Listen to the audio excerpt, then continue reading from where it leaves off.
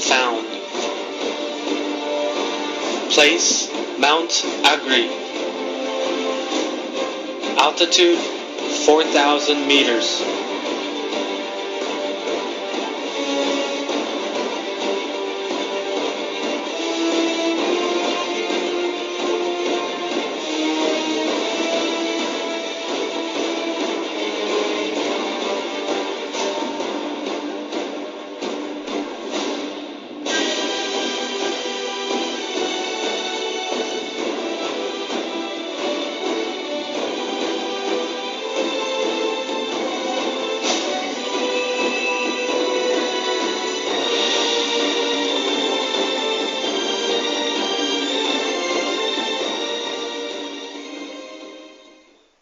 Photographs and images from inside Noah's Ark.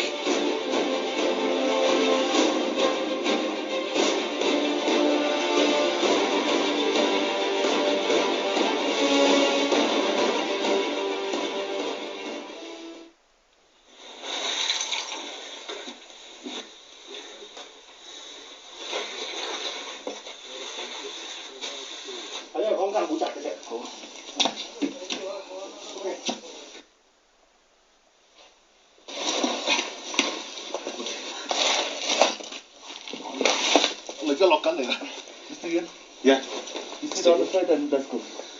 嗱，我見到兩邊都係牆，係木，但係下邊咧，下邊係咪木嚟嘅咧？我都見到側邊嗰啲都係木嚟嘅。呢個都係信號位嚟嘅。我已經進入咗方舟嘅遺骸嘅內籠。我見到嘅咧就係一條木嘅樓梯，呢度係一條木嘅樓梯，聽唔聽到有木聲？好，我睇大家再望上去上邊，見唔見到一條木？呢度一條木，呢度嗱一條差唔多成2-3米嘅長木。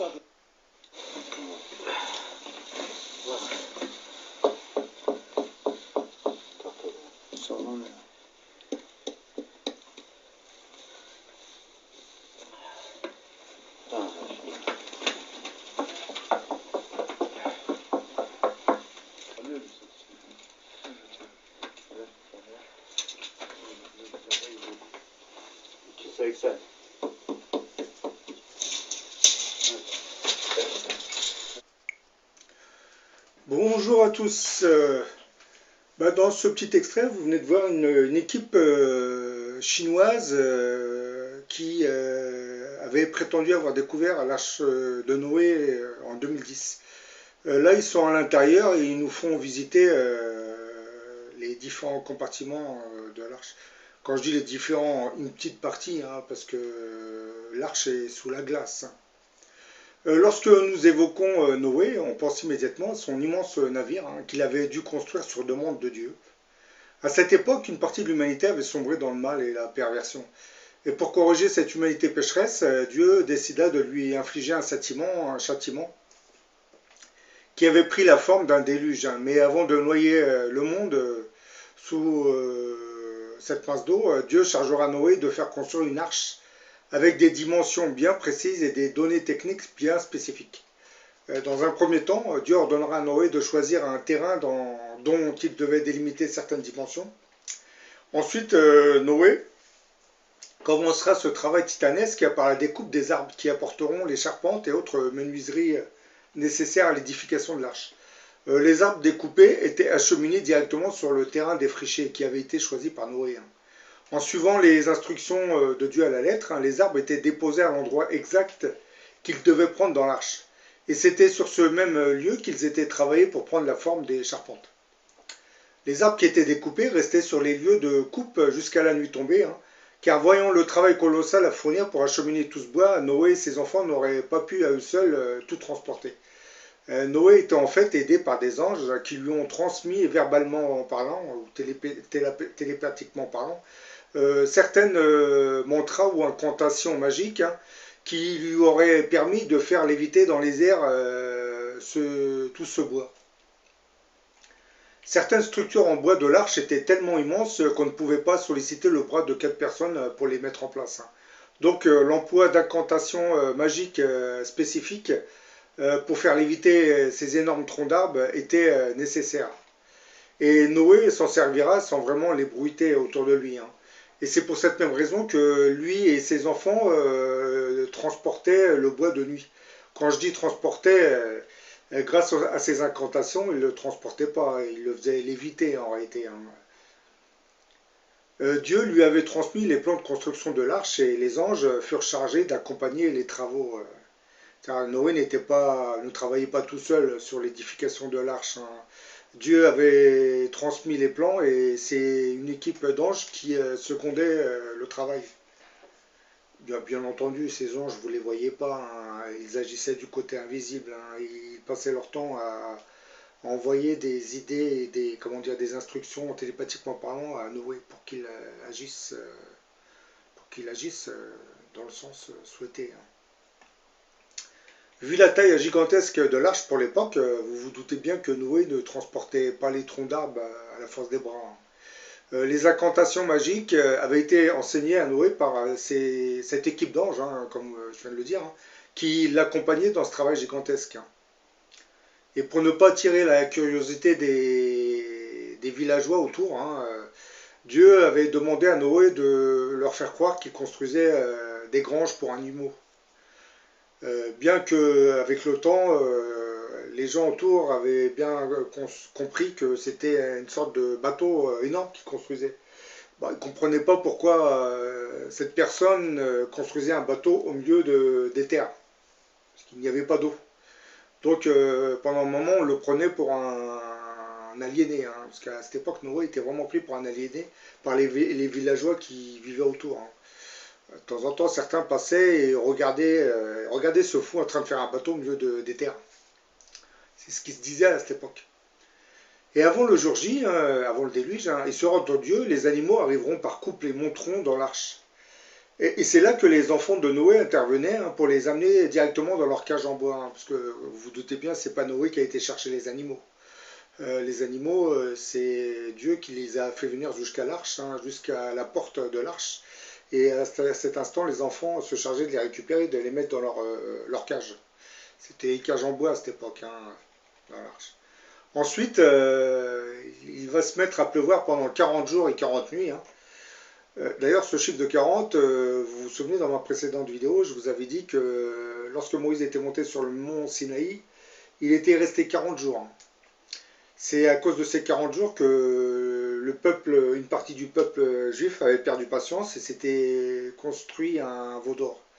Bon, la suite, vous la connaissez, hein, c'est que suite à cette provocation contre Dieu, hein, les Hébreux vont errer pendant 40 ans dans le désert du Sinaï, avant de rejoindre les terres de Canaan, qui était Israël, bien entendu. Hein.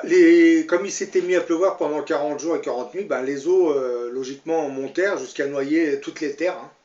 L'arche s'élèvera progressivement, il se mettra à voguer tout doucement sur les eaux. Elle naviguera ainsi pendant 7 mois et accostera sur le flanc d'une montagne, hein, qui porte aujourd'hui le nom de mont Ararat. Hein. Quand je dis sur le flanc d'une montagne, c'est que le niveau de l'eau était tellement haut que l'arche était très très en hauteur. Hein. Elle culminait à peu près à plus de 4500 mètres d'altitude. Hein. C'est pour vous dire le déluge d'eau qui s'était abattu à cette époque, hein, sur terre. Et depuis, donc comme je dis, cette arche est accostée sur le mont Ararat, et depuis des milliers d'années, elle reposerait ici. Car lorsque les eaux ont baissé, hein, l'arche s'est progressivement déposée sur le flanc de la montagne. Hein. Et Noé avait dû attendre encore un petit moment, hein, avant de libérer les animaux, parce que l'eau était toujours là. Et lorsqu'il reçut l'ordre de Dieu, il ouvrit les portes et libéra les animaux. Sans vraiment les accompagner, parce que les animaux étaient les guidés, hein, par Dieu. Donc ils allaient reprendre leur chemin tout doucement.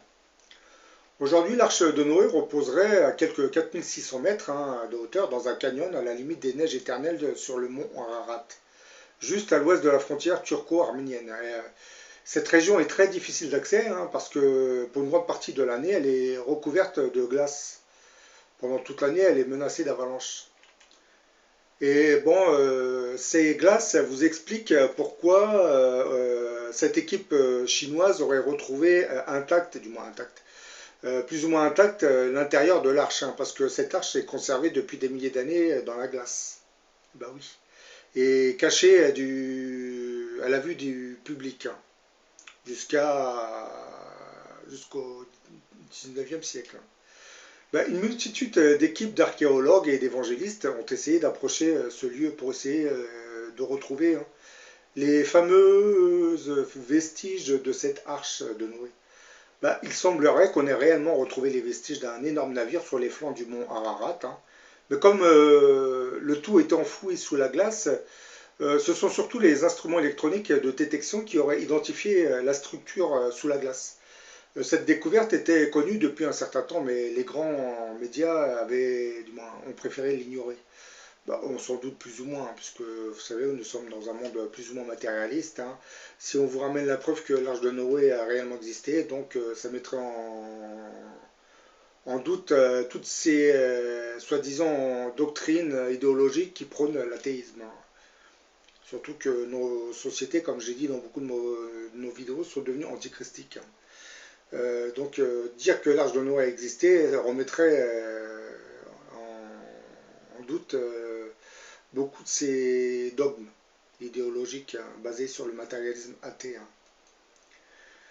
Donc cette découverte était connue depuis un certain temps, mais bon, les grands médias, comme je viens de le dire, ont préféré l'ignorer, hein.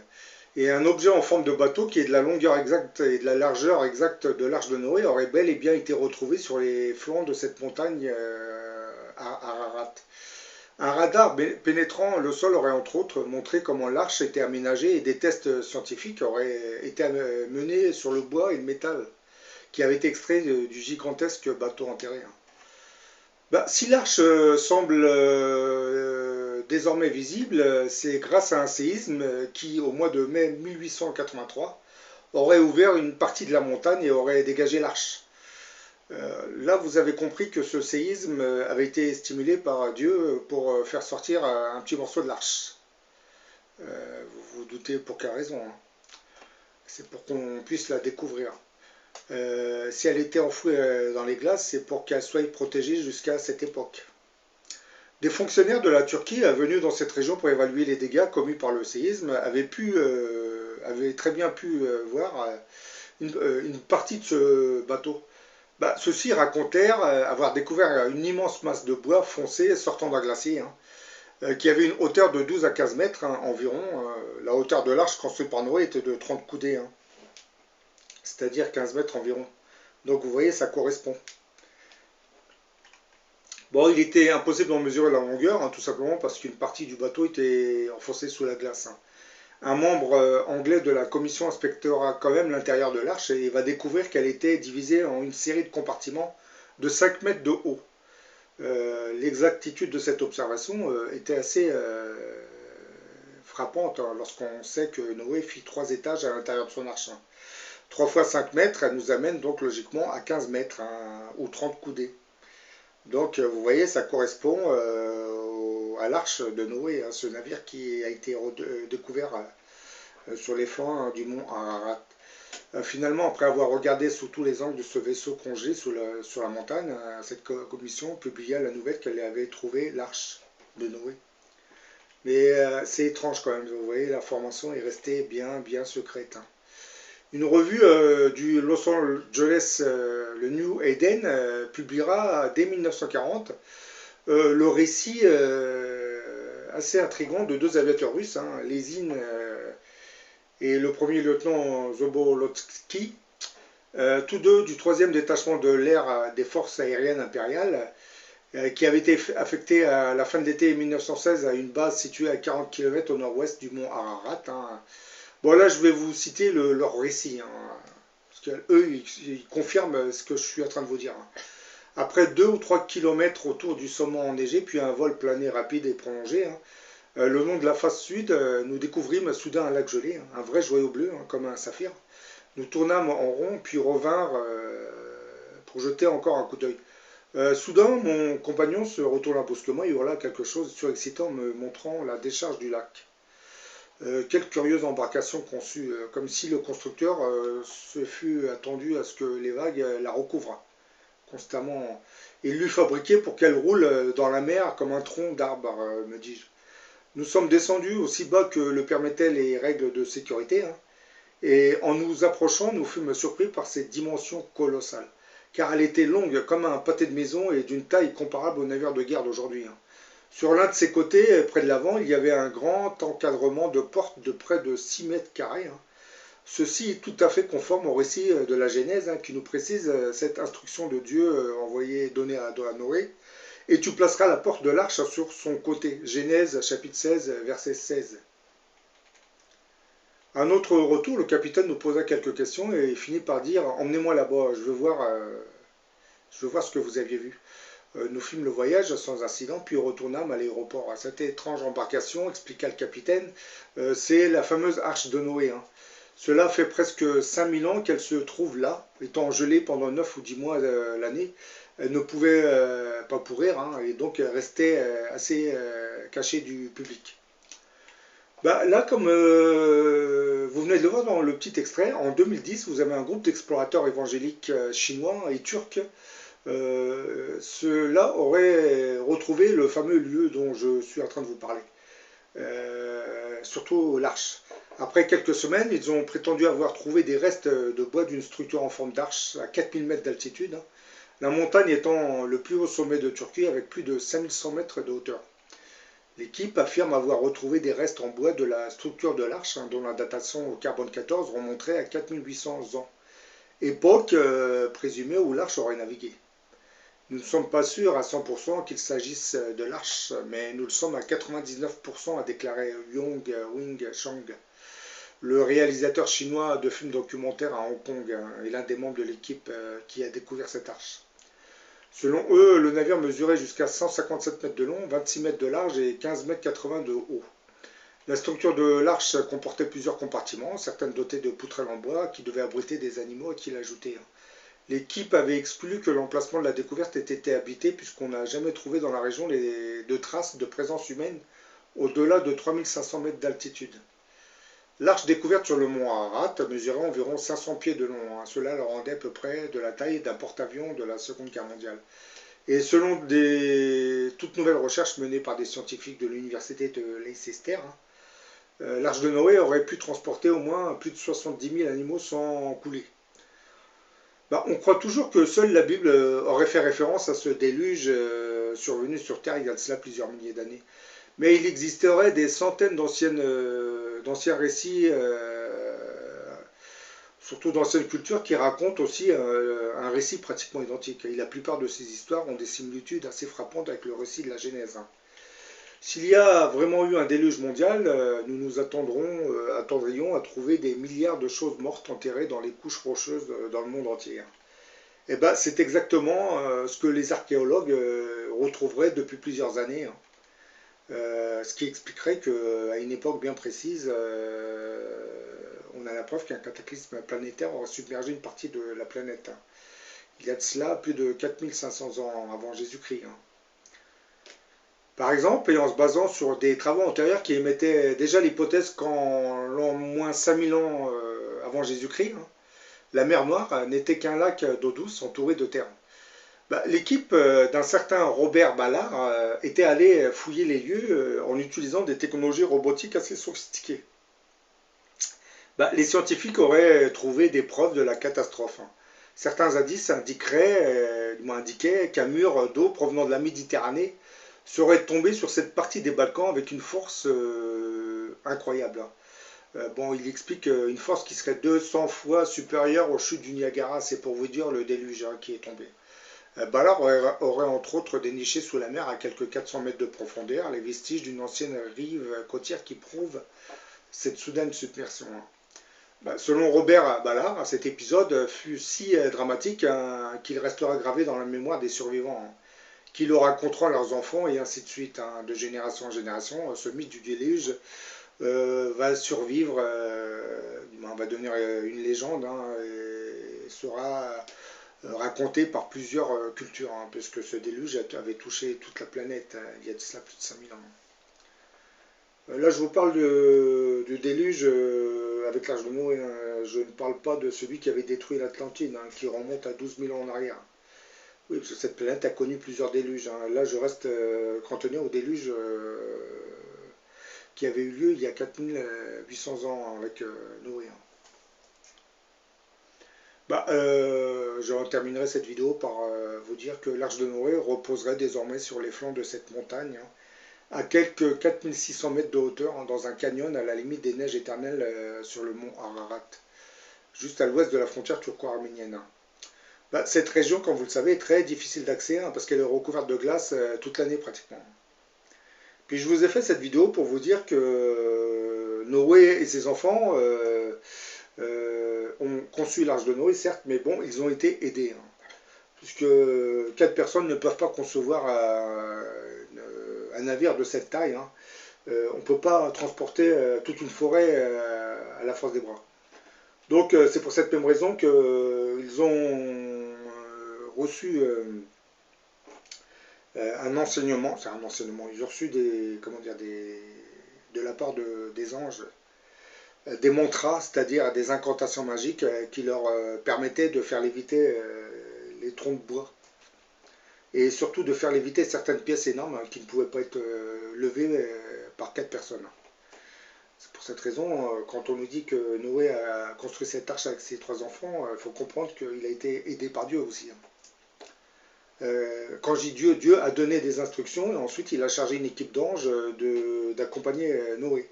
Cette équipe d'anges va lui donner les secrets pour faire léviter les troncs d'arbres. C'est un secret qui avait déjà été découvert, hein, mais bon, on ne le divulgue pas, il n'est pas divulgué ce secret. Parce que quand vous voyez la taille des menhirs, qui mesurent plusieurs mètres de hauteur, ce n'est pas à la force des bras qu'ils ont été positionnés, ces menhirs. C'est parce que à cette époque, les anciens connaissaient certaines mantras ou incantations qui leur permettaient d'annuler la gravitation et faire léviter les pierres. C'est exactement ce que Noé faisait avec les troncs d'arbres. Et surtout quand vous voyez la taille gigantesque de l'arche de Noé, surtout certaines pièces qui étaient des pièces de bois, je parle, hein, certaines pièces de bois qui étaient aussi énormes, ils ne pouvaient pas les porter à la force des bras. Donc c'est grâce à ces mantras ou incantations magiques que ces poutres, ces structures en bois étaient levées. Bien entendu, comme je l'ai dit tout à l'heure, le bois n'était pas transporté en pleine journée, hein, pour que les villageois à côté ne le voient pas. Dès que la nuit tombait, Noé avec ses enfants allait chercher le bois.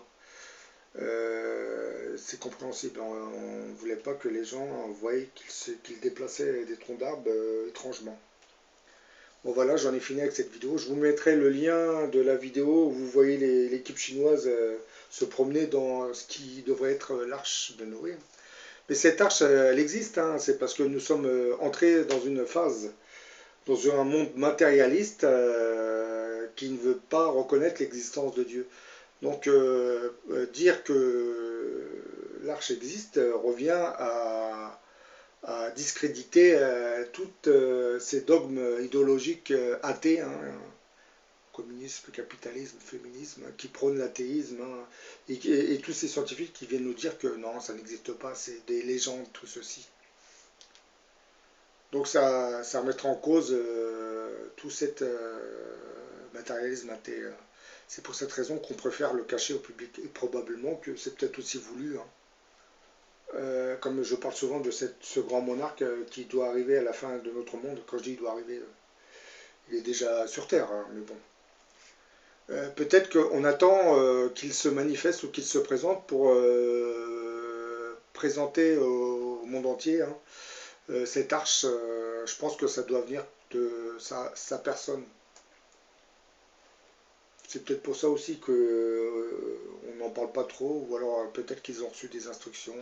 Puisque comme je l'ai expliqué, ce mystérieux grand monarque aura de grandes connaissances, du moins il va développer une science méconnue des hommes, qui lui permettra de faire des sauts dans le temps, dans le passé. Donc peut-être qu'il a dû envoyer des messages dans le passé pour transmettre des informations, en expliquant de ne pas trop divulguer d'informations sur le monde extraterrestre et sur certaines choses. qu'il se chargera de le faire dans le futur. Bon, je vous dis à la prochaine pour une autre vidéo.